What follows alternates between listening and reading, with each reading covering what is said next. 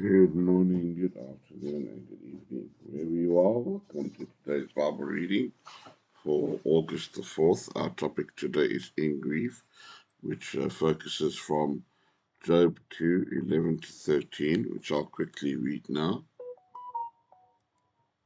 Thus Job's three friends heard of this calamity that had come upon him.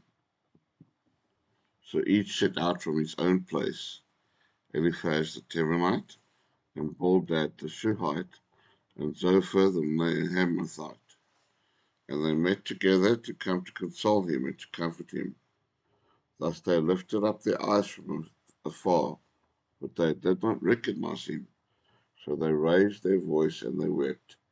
And each man tore his outer garment and threw dust on their heads toward the sky. Then they sat with him on the ground for 7 days and 7 nights. But no one spoke a word to him, because they saw that his suffering was very great. I will read Luke 2 now from the New Testament, verses 22 to 52. If you could read for yourself Isaiah 7 until 8:22. Luke 2:22. And when the days of their purification were completed according to the law of Moses, they brought him up to Jerusalem to present him to the Lord, just as it is written in the law of the Lord. Every male that opens the womb will be called holy to the Lord, and to offer a sacrifice according to what was stated in the law of the Lord, a pair of turtle doves or two young pigeons.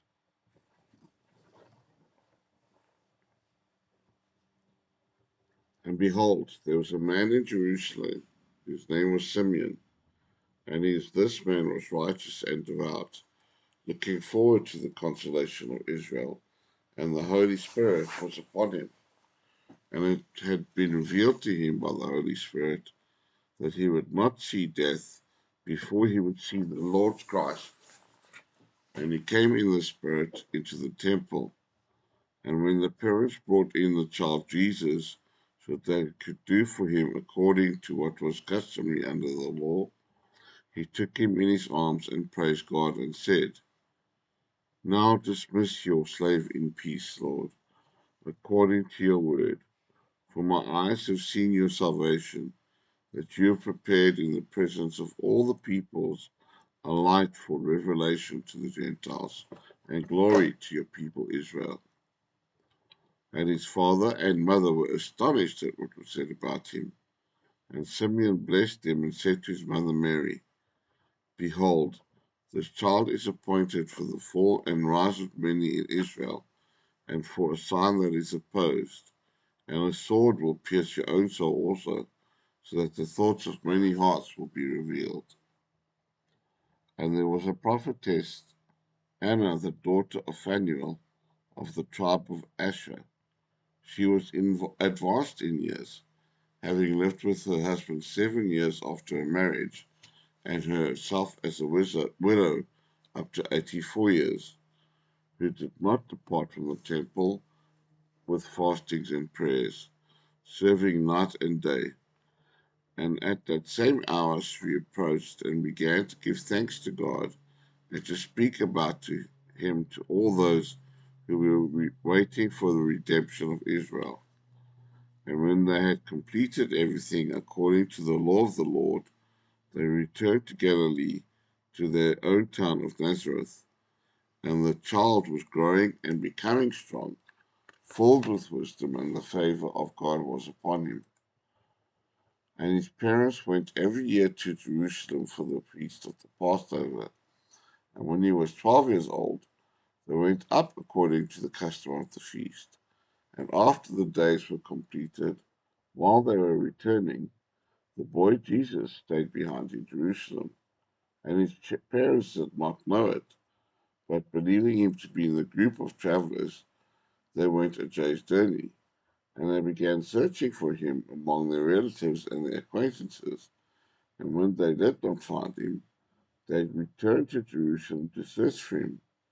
And it happened that after 3 days they found him in the temple courts, sitting in the midst of the teachers, and listening to them and asking them questions. And all who heard him were amazed at his insight and his answers. And when they saw him, they were astounded. And his mother said to him, "Child, why have you done this to us? Look, your father and I have been searching for you anxiously." And he said to them, "Why were you searching for me? Did you not know that it was necessary for me to be in the house of my father?" And they did not understand the statement that he spoke to them. And he went down with them and came to Nazareth and was submitting to them.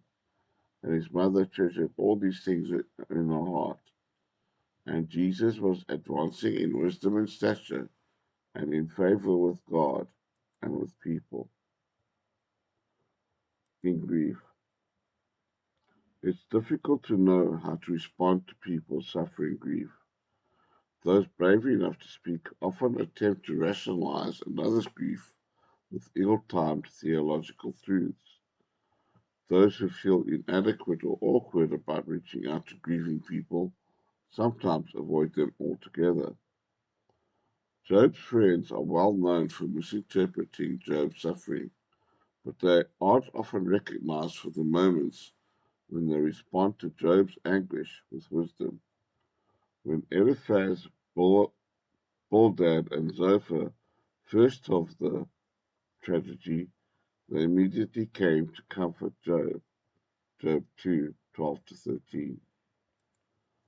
Often we try to diminish grief with cliches that seem helpful and fill the awkward silence, like God is in control. Job's friends realized that such spoken attempts, even spoken truths, would only interrupt and add to the grieving that was necessary and appropriate. Instead, they shared his grief, offered their presence, and didn't speak a word. Job's friends didn't keep silent for long, though, and when they did speak, Job wished they would be silent. "Oh, that you would keep completely silent, and that it would become wisdom for you." Job 13:5. Our response to grief should be measured and prayerful. Attempts to explain events that we don't ultimately understand can bring even more pain. However, shared grief and empathy can bring comfort to someone who knows truth but is struggling to come to grips with a new reality. How can you empathize rather than rationalize grief? Rebecca Van Wood. Thank you for coming along with me. Please don't forget to like, subscribe, and share the word so we can share the word.